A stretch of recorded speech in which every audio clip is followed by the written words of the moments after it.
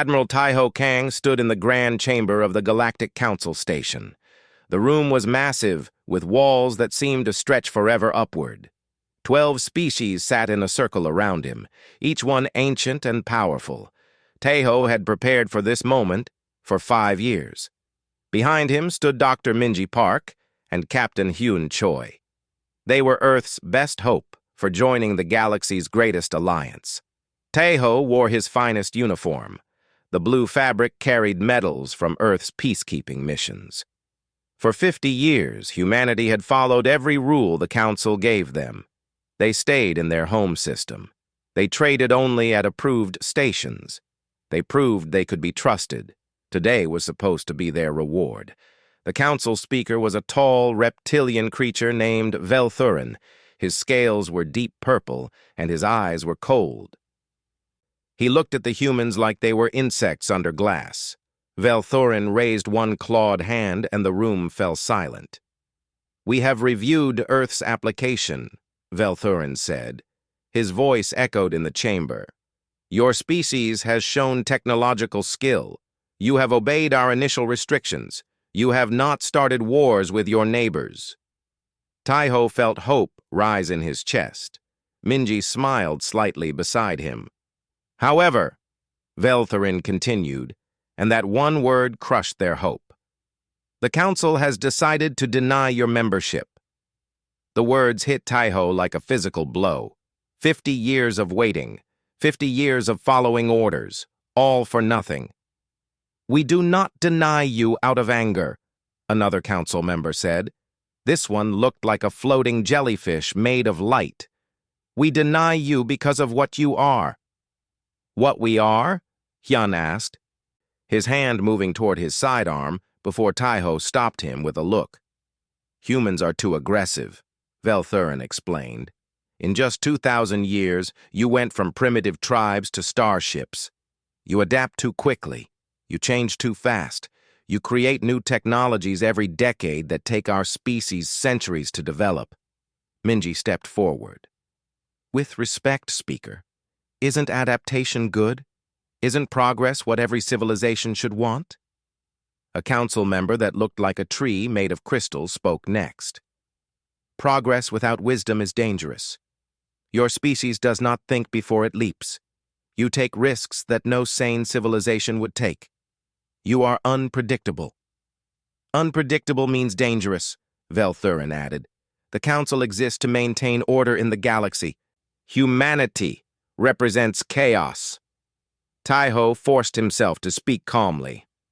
"What does the Council want from us?" "We issue the Isolation Directive," Velthurin announced. "Earth will remain in the Sol system. You may not colonize other worlds. You may not expand beyond your home. Trade will be limited to 3 monitored checkpoints. This is for the galaxy's protection." "You're putting us in a cage," Hyun said angrily. "We are maintaining peace," Velthurin corrected. "The Council has spoken. This meeting is over." The Council members began to fade from view. Some teleported away. Others simply turned off their holographic projectors. Within minutes, the humans stood alone in the empty chamber. Minji was shaking with anger. 50 years. We gave them 50 years of perfect behavior." "They were never going to accept us," Taiho said quietly. "I see that now. Dr. Park, tell me something. How long has the Council existed?" Minji pulled up her data pad. "The oldest member species founded it 12,000 years ago. And in those 12,000 years, how much have they changed?" Minji scrolled through information. Her eyes widened. "They haven't. Their technology is almost the same as it was 8,000 years ago. Their ships, their weapons, their cities, all basically unchanged." "They're stagnant," Hyun realized. "They stopped growing." "Exactly," Taiho said. "And we scare them because we won't stop. We can't stop. It's in our nature to push forward, to explore, to improve. They look at us and see everything they used to be before they became comfortable and safe." "So what do we do?" Minji asked. Taiho walked to the chamber's window. Outside, the stars stretched in every direction, thousands of worlds, millions of possibilities, all forbidden to humanity now. "We go home," Taiho said.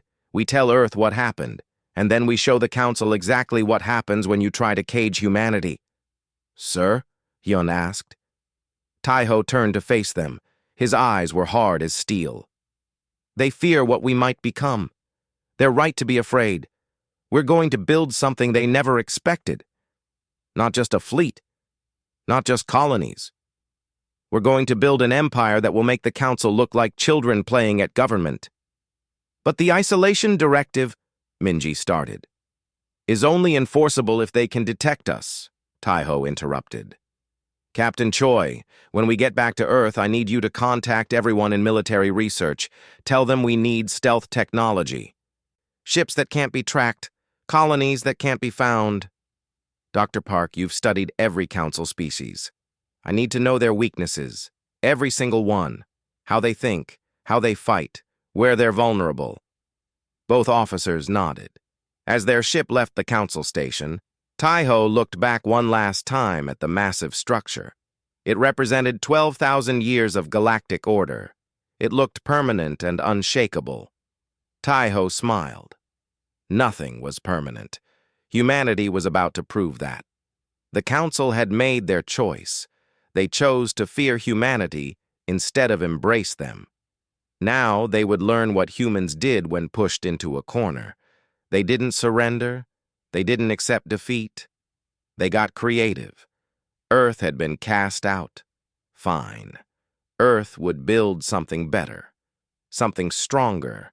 And one day, very soon, the Council would look up and realize that the species they caged had become the species they should have made allies. That day was coming.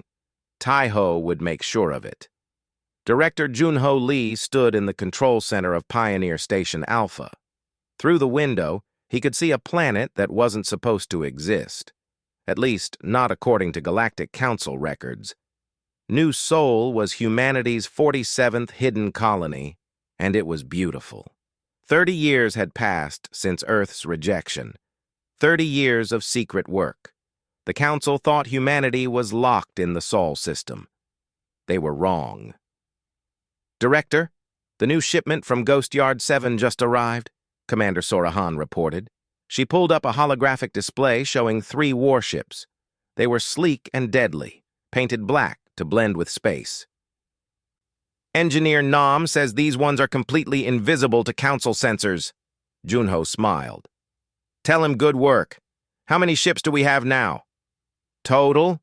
412 combat vessels, 600 transport ships, about 200 scout craft." Sora paused. "Sir, that's more than any single Council member has." "Good," Junho said. "But we need more. The Council has 12 members. We need to match all of them combined." Across the station, Engineer Bong Nam was working in his laboratory. He was a genius who made the impossible happen regularly. His greatest invention was the Ghost Drive, a faster-than-light engine that left no trace. Council sensors couldn't detect the energy signature. To them, ships using Ghost Drives simply didn't exist. Bong was currently working on something even better. A cloaking system for entire planets. "If we can hide a ship, we can hide a colony," he muttered to himself, adjusting calculations. "Just need more power and better emitters, and maybe a quantum field generator." His assistant brought him coffee. "Sir, you haven't slept in 2 days." "Sleep is for people who aren't revolutionizing stealth technology," Bong said, but he took the coffee anyway. "Besides, Director Lee wants this ready in 6 months. The Council is getting suspicious. Their patrol patterns have changed near the outer rim." That was true. The Council was noticing things, small things, trade routes that didn't quite make sense, energy readings that appeared and disappeared.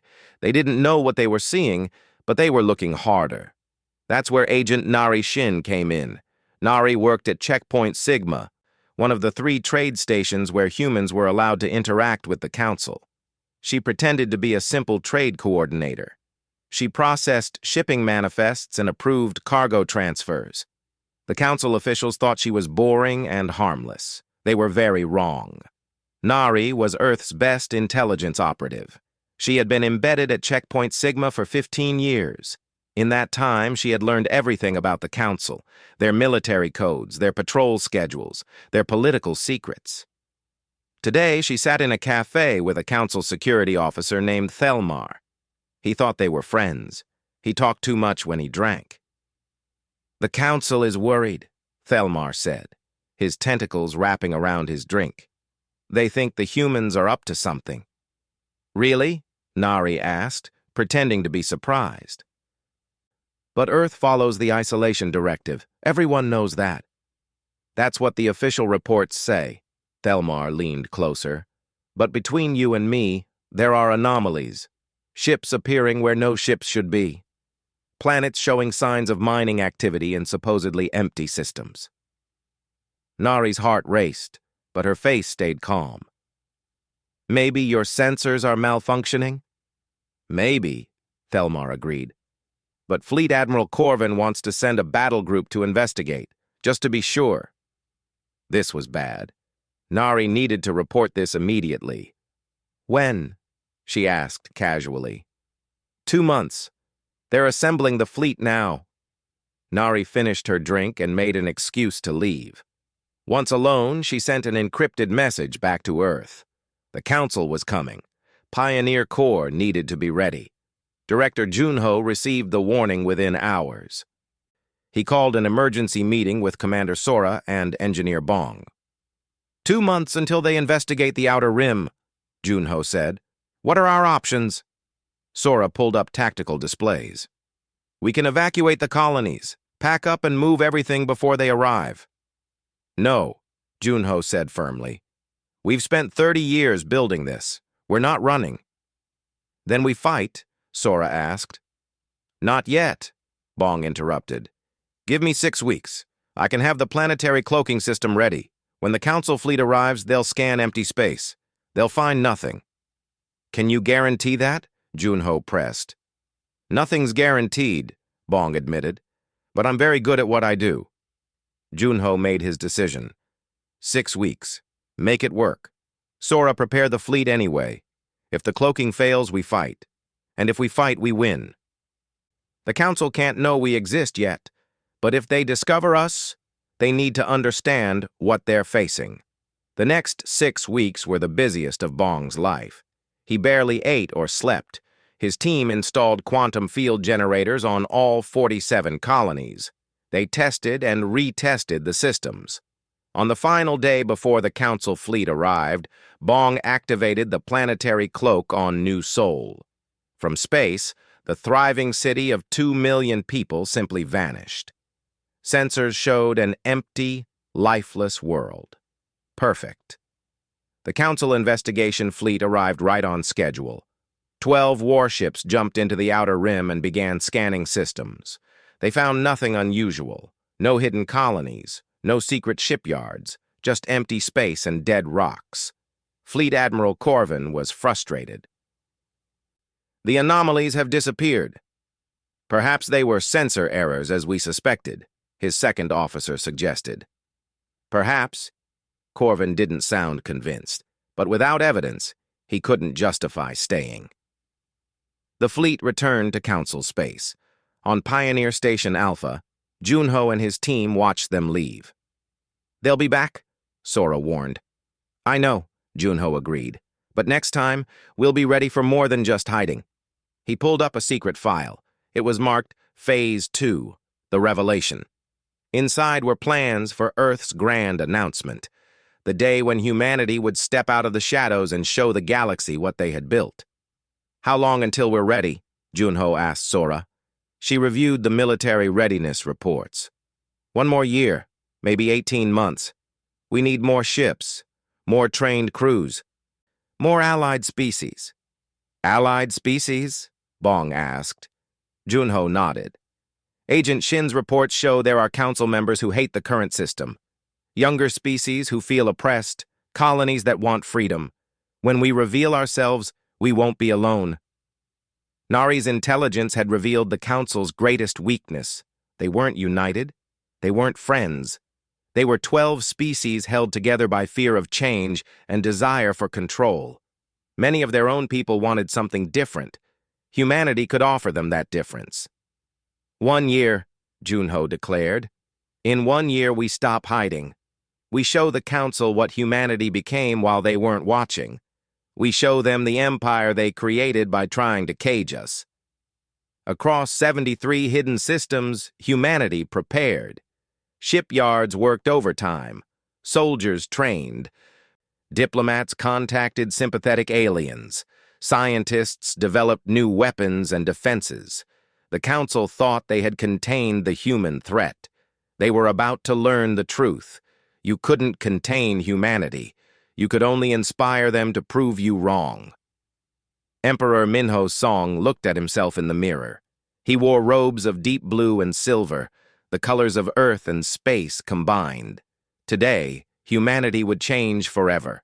Today, the secrets ended.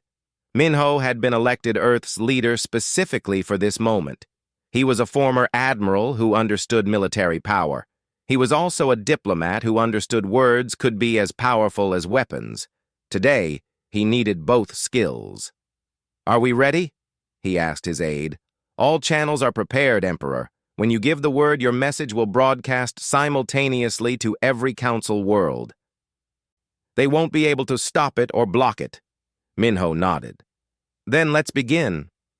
Across the galaxy, on 12 different worlds, holographic displays suddenly activated. Council members looked up in surprise as Emperor Minho's image appeared in their chambers, their streets, their homes. The message was impossible to ignore. "People of the Galactic Council," Minho began. "My name is Emperor Minho Song of Earth. 31 years ago, your leaders cast humanity out. They called us dangerous. They locked us in our home system. They feared what we might become." He paused, letting the words sink in. "They were right to fear. Because while you slept peacefully, believing humanity was contained, we built an empire, 73 star systems, 240 billion human citizens, a fleet larger than any Council member possesses. We did this in secret, right under your sensors, because you underestimated us. On the Council homeworlds, alarms began to sound. Military commanders rushed to their posts. Politicians demanded answers. How had the humans done this? Velthurin, still the Council speaker after all these years, stared at the hologram in disbelief. "This is impossible," he whispered. "Today," Minho continued, "the Terran Empire formally announces itself to the galaxy. We claim our 73 systems by right of settlement and development. We demand equal status with all Council members. The isolation directive is hereby rejected." He smiled. "I suspect some of you will want to enforce that directive with military force. I wouldn't recommend it." That was Ambassador Jiwan Kwan's cue. She sat in a Council embassy ship just outside the Council's capital world. Behind her ship were 200 warships of the Terran Imperial Navy. They appeared on sensors all at once, their cloaking systems deactivating simultaneously. The Council Defense Fleet scrambled to respond. 60 warships moved to intercept the humans. Admiral Yan Bayek commanded the Terran fleet. She was calm as the Council ships approached. "Remember," she told her captains, "we disable, we don't destroy. We're here to prove a point, not start a massacre." The Council ships opened fire first. Energy weapons and missiles streaked toward the human fleet. The attacks hit and did nothing. Human shields absorbed the damage easily. "Their defensive technology is decades behind ours," Yeon's tactical officer reported. "Should we return fire?" "Proceed with Plan Delta," Yeon ordered. The human ships didn't use energy weapons. Instead, they fired focused electromagnetic pulses. The pulses passed through Council shields like they weren't there. Within seconds, every Council ship's system shut down. Engines stopped. Weapons went offline. Life support remained, but everything else was dead. The entire battle lasted 47 minutes, 0 casualties on either side. The Council fleet drifted helplessly while the human ships remained perfectly functional. "Send a message to the Council," Yeon instructed. "Tell them we'll restore their ships in 24 hours. This was a demonstration. If they send more ships, we'll disable those too." On the Council homeworld, the leadership was in chaos. How had the humans defeated their fleet so easily? "They didn't even use their main weapons," a military analyst reported. "These electromagnetic pulses are just a side weapon. We have no data on what their actual warships can do." Velthurin felt very old suddenly. "Get me Ambassador Kwan. We need to talk." But before that conversation could happen, more news arrived. General Seok Park's ground forces had landed on 3 Council-controlled worlds. But these weren't invasions. They were liberations. The planets were colonies of younger species who had been asking for independence from the Council for decades. The Council had always refused. Now, human soldiers arrived and helped these colonists declare freedom. "The Council said no," Seok told the crowds on the planet Helios Prime. "But we say yes. You want to govern yourselves? You want to make your own choices? The Terran Empire supports that right." The colonists cheered. The Council leaders were furious. "They're stealing our worlds," a Council member shouted. "Were they ever really yours?" Ambassador Ji-won asked quietly. She had finally been allowed into the Council chamber. "These species asked for freedom. You denied them. We're simply helping them achieve what they wanted." "This is an act of war," Velthurin declared. "No," Ji-won corrected. "War is what happens when you try to enforce your will through violence. What we're doing is offering choice. Those 3 colonies chose to leave your control. Dozens more are considering the same choice." She pulled up a holographic display. "These are the species within Council space who have contacted us. They're tired of your bureaucracy, your stagnation, your refusal to allow change. They want what humanity offers, the freedom to grow and improve." "You offer chaos," Velthurin said bitterly. "We offer life," Ji-won responded. "Real life, not the slow death of species who stop trying to be better. You've been playing the same political games for thousands of years. You've made no real progress. Your technology barely changes. Your societies are frozen in time." She stepped closer to the Council speaker. "Humanity refuses to freeze. We refuse to stop growing. And apparently we're not the only ones who feel that way." The Council was splitting. Some members wanted to fight humanity. Others saw the writing on the wall. The humans were stronger. They had better technology. They had allies. A war would be disastrous. Emperor Minho's hologram appeared in the chamber again.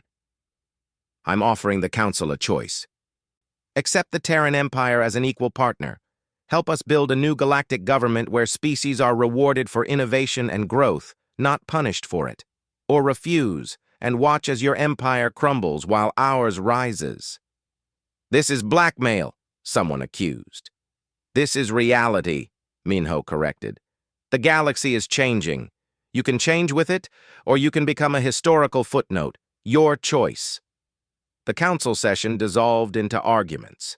Some species immediately began secret negotiations with the Terran Empire. Others swore to fight to the end. The old order was breaking apart. Admiral Yeon watched from her flagship. "What do you think they'll do?" Her first officer considered. "Half will join us within a year. A quarter will fight. The rest will wait to see who wins." "Then we'd better make sure we win," Yeon said. On Earth, citizens celebrated. Their emperor had just announced to the galaxy that humanity was no longer the species begging for acceptance. They were a power that demanded respect. Minho watched the celebrations from his office. Beside him stood Admiral Taiho Kang, now elderly, but still sharp. "We did it," Minho said. "What you started 30 years ago has finally come to light." Taiho smiled. "This is just the beginning. Now comes the hard part." Actually building the empire we promised. I know, Minho agreed. But if humans are good at anything, it's rising to a challenge. Outside, the stars shined on an empire that nobody had seen coming. The council had tried to cage humanity. Instead, they had motivated humanity to become something far greater than anyone imagined. Empress Hana Song was only 35 years old, but she carried the weight of 312 star systems on her shoulders. Her father, Emperor Minho, had died peacefully 2 years ago. Now she led the Terran Empire through its most crucial period, the transition from revolutionary force to stable government. She stood before the newly built Imperial Senate. The chamber was enormous, with seats for representatives from every world in the Empire. Humans sat next to aliens of dozens of different species. Some had scales, some had tentacles, some were made of living crystal, but they all wore the same expression: hope. Chancellor Dongyun Ryu called the session to order. He was human, but his assistant was a floating being of pure energy from the planet Lumina. They worked together perfectly. The First Imperial Senate is now in session, Dongyun announced. We gather to prove that different species can govern together as equals, not based on how long we've existed or how much territory we control, but on the merit of our ideas. This was revolutionary. The old council had assigned power based on age and size. Ancient species had more votes. Younger species were second-class members. The Terran Empire rejected that completely. Hana watched as a young human woman presented a proposal about agricultural development. Then an alien who looked like a walking tree argued for better environmental protections. A human man and an insectoid alien co-presented a plan for new trade routes. This was what her father had dreamed of. This was what humanity had built, but not everyone was happy. Admiral Jiho Yoon stood on the bridge of the flagship Defiant Unity. His mixed-species crew worked together smoothly. His navigator was a 6-armed alien who could calculate jump coordinates faster than any computer. His weapons officer was human. His engineer was a methane-breathing creature who lived in a special sealed section of the ship. Together, they were the best crew in the Imperial Navy. And right now, they were preparing for war. 6 species from the old council had refused to join the Empire. They called themselves the True Council and swore to destroy humanity and everyone who allied with them. They had spent the last 27 years building a military force. Now that force was coming. Fleet composition? Jiho asked. 400 warships, his tactical officer reported. They've combined their fleets under unified command. First time they've actually cooperated in centuries. Fear is a great motivator, Jiho observed. They finally realize they need to work together if they want to survive. The True Council fleet was heading toward New Harmony, a mixed colony world with both human and alien populations. It was a symbolic target, proof of the Empire's corruption of proper galactic order. Jiho's fleet had only 200 ships, but he wasn't worried. Numbers meant less than tactics and technology. On New Harmony, Governor Kyung Lim prepared his defenses. Kyung had an interesting history. 20 years ago, he had been a smuggler and criminal. Then the Terran Empire had given him a choice: prison or service. He chose service and discovered he was actually good at protecting people instead of stealing from them. The orbital defense platforms are ready, his military commander reported. Ground forces are positioned. Civilian shelters are full. Kyung looked at the people in his command center. Humans and aliens working together to defend their home. They're coming to prove we can't coexist. Let's prove them wrong. The True Council fleet arrived in overwhelming force. 400 ships against New Harmony's defenses. Their admiral, a proud member of one of the oldest species, broadcast a message. Surrender the planet and we will be merciful. Continue this foolish rebellion, and you will be destroyed. Kyung's response was simple. No. The Council ships opened fire. Energy weapons hammered the orbital platforms. Missiles streaked toward the ground. The attack was brutal and overwhelming. Then Admiral Jiho's fleet arrived. They came from behind the planet's moon, using it to hide their approach. The Council Admiral suddenly found himself between two forces. "All ships," Jiho commanded, "execute Plan Cascade." The Imperial ships didn't fight like a traditional fleet. They fought like a school of fish, constantly moving and adapting. Human ships would draw fire, then alien ships with better shields would protect them. Fast scout ships would identify weak points, then heavy cruisers would exploit them. The true Council fleet fought like they had for thousands of years: rigid formations, predictable patterns, overwhelming firepower. Against an enemy that followed the same rules, they would have won. Against humanity's adaptive chaos supported by alien strengths, they never had a chance. The battle lasted 3 hours. Not one Imperial ship was destroyed. 70 Council ships were disabled. The rest retreated in confusion. Governor Kyung watched the enemy flee. "They outnumbered us 2-1. "Numbers aren't everything," his alien deputy said. "Fighting together beats fighting separately." The defeat shocked the true Council. They had united their fleets, their strongest weapon, and still lost decisively. Worse, after the battle, Admiral Jiho offered medical aid to the damaged Council ships and invited their crews to defect. Many accepted. They had seen the Imperial fleet's diversity and cooperation. It was impressive. Back on the Imperial capital, Dr. Aaron Che was working on a different kind of battle, the cultural one. She ran integration programs that helped different species understand each other. "The key," she explained to a class of new citizens, "is recognizing that different doesn't mean wrong. Humans think fast and take risks. The Trell people think slowly and carefully. Both approaches are valuable." She pulled up examples of successful integration. A human scientist and a Trell researcher had discovered a new form of clean energy by combining human innovation with Trell methodical testing. A mixed-species colony had developed food that all its members could safely eat. "We're not trying to make everyone the same," Aaron said. "We're trying to make everyone better by learning from each other." This philosophy was the Empire's secret weapon. The Council had kept species separate, afraid they would fight. The Empire brought them together, and they flourished. 5 months after the Battle of New Harmony, something unexpected happened. One of the true Council species asked to join the Empire. They had watched the battle. They had seen how Imperial ships protected each other. They wanted that unity. Within a year, 4 more had joined. The true Council was down to just 1 member, Velthurin's species. They refused to surrender, isolated and bitter. Empress Hana called Velthurin personally. "Join us," she said simply. "Your species doesn't have to die clinging to the past." "We are the past," Velthurin responded. "We represent 12,000 years of galactic order." "And we represent the future," Hana said gently. "The galaxy has moved on. Don't let your pride destroy your people."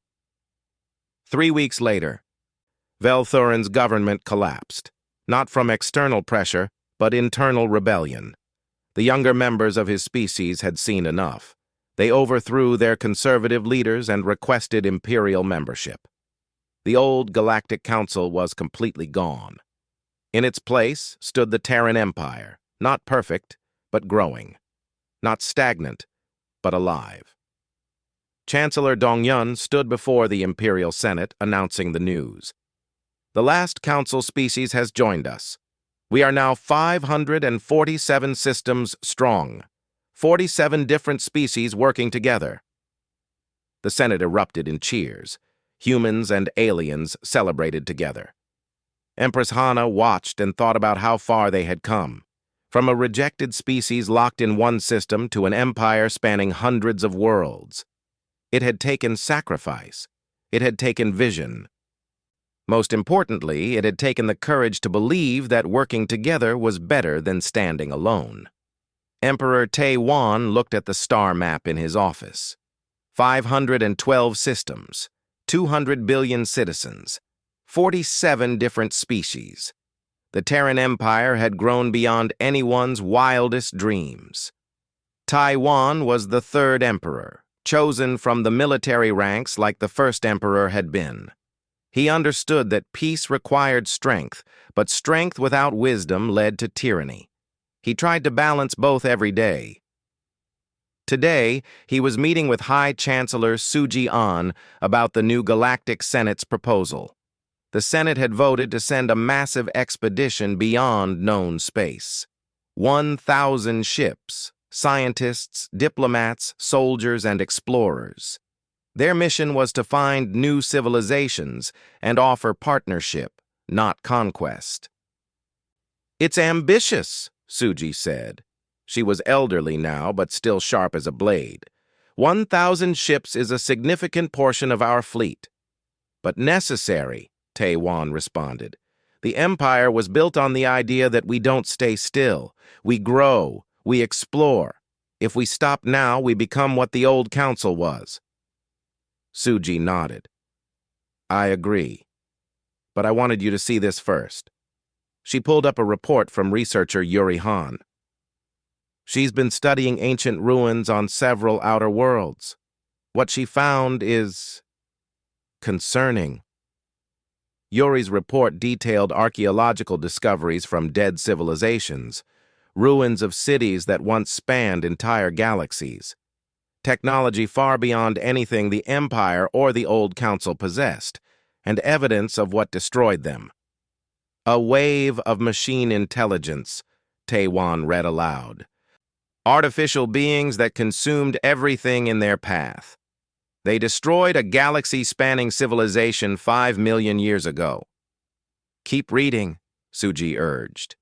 Taiwan's eyes widened. "And the Old Council knew about this?" "They encountered the edge of the dead zone 8,000 years ago," Suji confirmed. "They saw what happened to the civilization that came before, and they made a choice. They chose to stop growing." Taiwan understood now.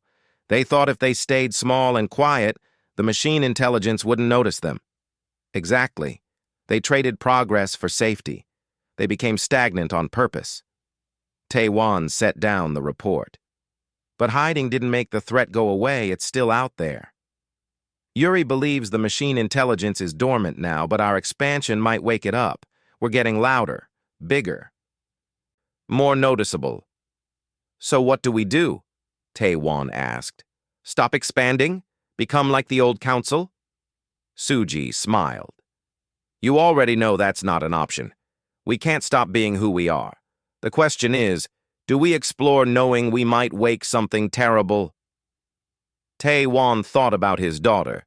She was half human, half Luminian, a child who literally couldn't have existed under the Old Council's separation policies. She represented everything the Empire stood for. Different species coming together to create something new. "We explore," he decided, "but we do it prepared. Fleet Admiral Yunbi Nam's expedition will go forward, but we also start building defenses. We study what destroyed that ancient civilization. We learn from their mistakes. And if the machine intelligence does wake up, then we face it together," Taiwan said firmly. "All 47 species. That's our advantage over the old civilization. They faced the threat alone. We won't be alone." Fleet Admiral Yunbi Nam received her orders with excitement. She had been preparing the expedition for 3 years. 1,000 ships with crews from every species in the Empire. Scientists who wanted to study new phenomena. Diplomats who hoped to find new friends. Soldiers who would protect them all. Her flagship was called Pioneer's Hope. The name honored humanity's first secret colonies and looked forward to a future of continued exploration. "Final status check," Yunbi ordered. "All ships ready," her first officer reported. "Supplies loaded, crews eager, jump calculations complete." "Course?" Yunbi asked. "Heading into the unknown, sir, toward regions no council ship ever dared explore." Yunbi smiled. "Perfect. That's exactly where we should be going. On the imperial capital, a ceremony was held for the expedition's departure. Emperor Tai gave a speech to the assembled crowds. Today, we send our bravest and brightest into unknown space. They go not as conquerors, but as friends. They carry a message from the Terran Empire to any species they meet. We believe in cooperation. We believe different peoples can work together.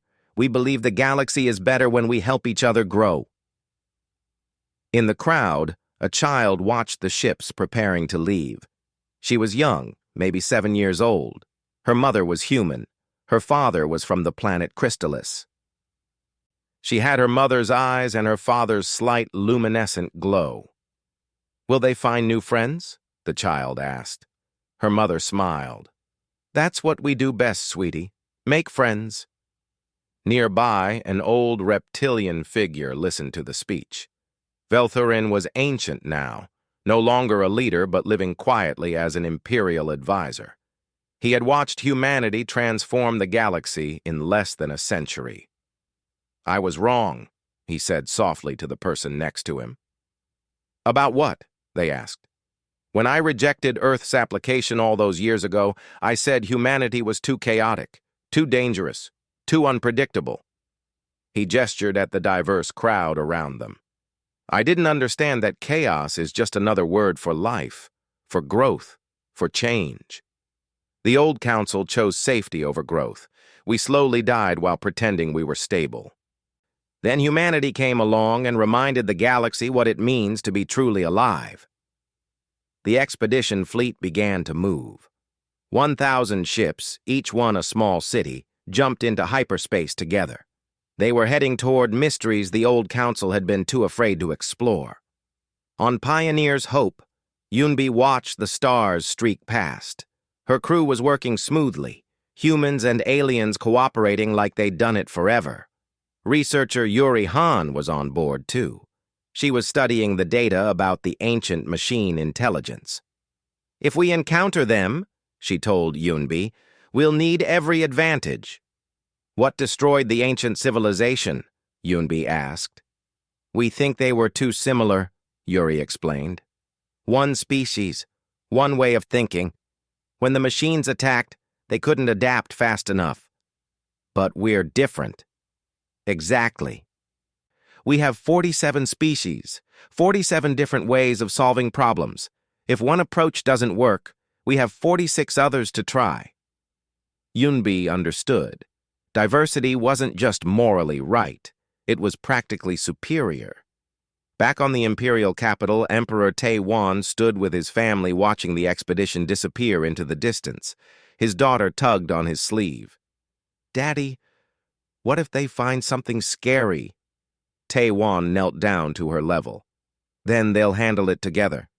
That's the secret of the Empire. We're stronger together than any of us are alone." High Chancellor Suji joined them. "The Senate approved the defense initiative. We'll start building ships and weapons specifically designed to fight machine intelligence." "Good," Tai said. "Hope for the best. Prepare for the worst." "Very human philosophy," Suji noted with a smile. "It's kept us alive so far." Across the Empire, species that had once been enemies now worked side by side. Former council members who had fought against humanity now served in the Imperial Navy. Planets that had been isolated for millennia now hosted mixed populations. The change wasn't always smooth. There were still disagreements, cultural misunderstandings, political arguments. But the Empire had something the old council never had, the belief that these differences made them stronger, not weaker. In a classroom on New Sol, students from 6 different species studied together. Their teacher asked them a question. "What is the Empire's greatest strength?" A human child raised their hand. "Our technology?" "Our military," suggested an alien student. A quiet student in the back spoke up. "Our ability to change and grow." The teacher nodded. "Exactly. The old council stopped growing. They thought perfection meant staying the same forever. We understand that perfection is impossible. We just keep trying to be better." Somewhere in unknown space, the expedition fleet encountered their first anomaly, a massive structure floating between stars, ancient and alien, possibly dangerous. Admiral Yunbi made a decision that would have been impossible under the old council. She assembled a team of specialists from 7 different species. Each one brought unique expertise. Together, they would investigate the structure. "Remember," she told them, "we're not conquerors. We're explorers. We're here to learn and make friends." The team entered the structure carefully. Inside, they found technology beyond their understanding, and perhaps, somewhere in the ancient data, clues about the threat that had destroyed a galaxy and might someday return. But they weren't afraid. They were prepared. They were diverse. They were united. They were the Terran Empire, and they faced the future together.